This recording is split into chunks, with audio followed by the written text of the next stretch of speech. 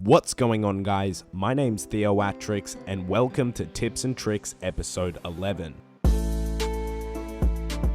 This is a series where I show you guys a range of quality of life tricks in game that'll hopefully improve your old school experience. If you enjoyed this episode or the series, leave a like on the video and be sure to subscribe with notifications on if you'd like to stay up to date. Let's go. When fighting Turoths or Kurasks, you can't hit them without using leaf-bladed weaponry. But if you have a Saradomin Godsword and you hit them, the hit splat will come up as 0, but you'll still be healed what you would have hit, and also you get prayer points for what you would have hit. I'm not entirely sure why that works, but using a Sara Godsword on these tasks can extend them pretty much endlessly. If you have an uncharged Dragon Fire Shield or Dragon Fire Ward, as you probably know, their stats are almost halved. The best way to charge your shield really quickly is to go to the Catacombs of Kurend and run to the Bronze and Iron Dragons. You can aggro up to about 5 dragons on you at once, and it'll take under a minute to fully fill up your shield.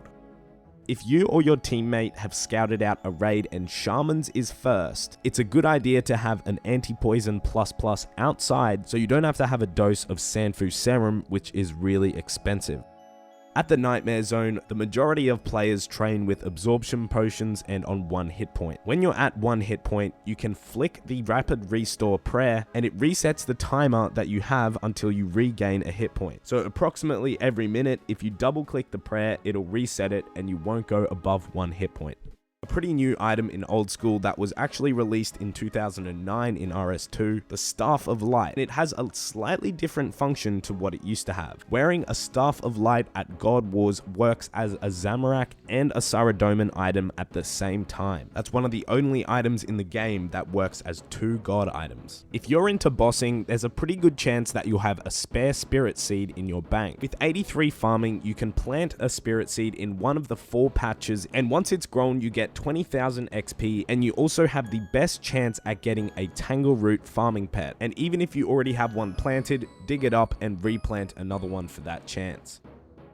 Now I want to talk a bit about the protection prayers. A protection prayer is going to work if it turns on during the animation of the monster. The key word there is animation. That's why when you're fighting Jad, you have a pretty long time to change your prayer because his animation for ranged and magic are really slow and take a couple of seconds. Very skilled players in Old School can flick to each protection prayer on each animation at God Wars. Every minion of the boss inside God Wars uses a different attack style. If you watch really closely at the animations and change prayers accordingly, you can take no damage from the minions. A little bit further on protection prayers, using a protection prayer reduces the damage from monsters by 100%. So no monsters can hit a thing through prayer, with the exception of things like the Corporal Beast, but they have different styles of attacks that aren't even protectable. Protection prayers reduce the damage by 40% from players. So if someone was about to hit a 20 on you and they had protection prayers on, instead of a 20, it'll be 60% of 20, which is 12. That's a very big reduction, which shows why it's so useful in hybrid PKing.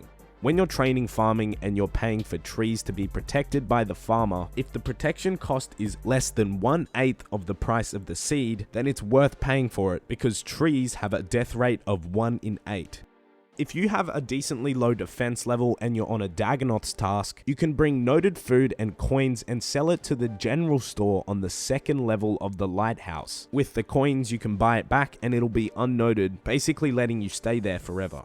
I feel like a few people out there might also have this problem, and I worked out a solution to increasing the size of your in-game bars on Resizable Mode. You can see right now my inventory and my chat box is really small, but a fix for Windows, if you right-click the desktop and go to Display Settings and change the size percentage of windows on your screen, it also changes the size of your in-game interfaces. This works on the official client and a few of the third-party clients, but for some reason it wouldn't work on Conduit for me.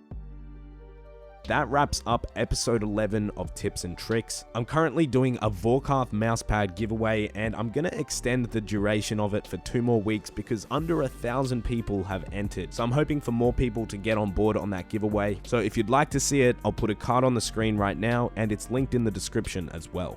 I'd also like to hear your feedback if I should bring back clip of the day. If you think I should or shouldn't bring it back, let me know in the comments and I'll be sure to read through them. Anyways guys, as always, thanks for watching and have a nice day.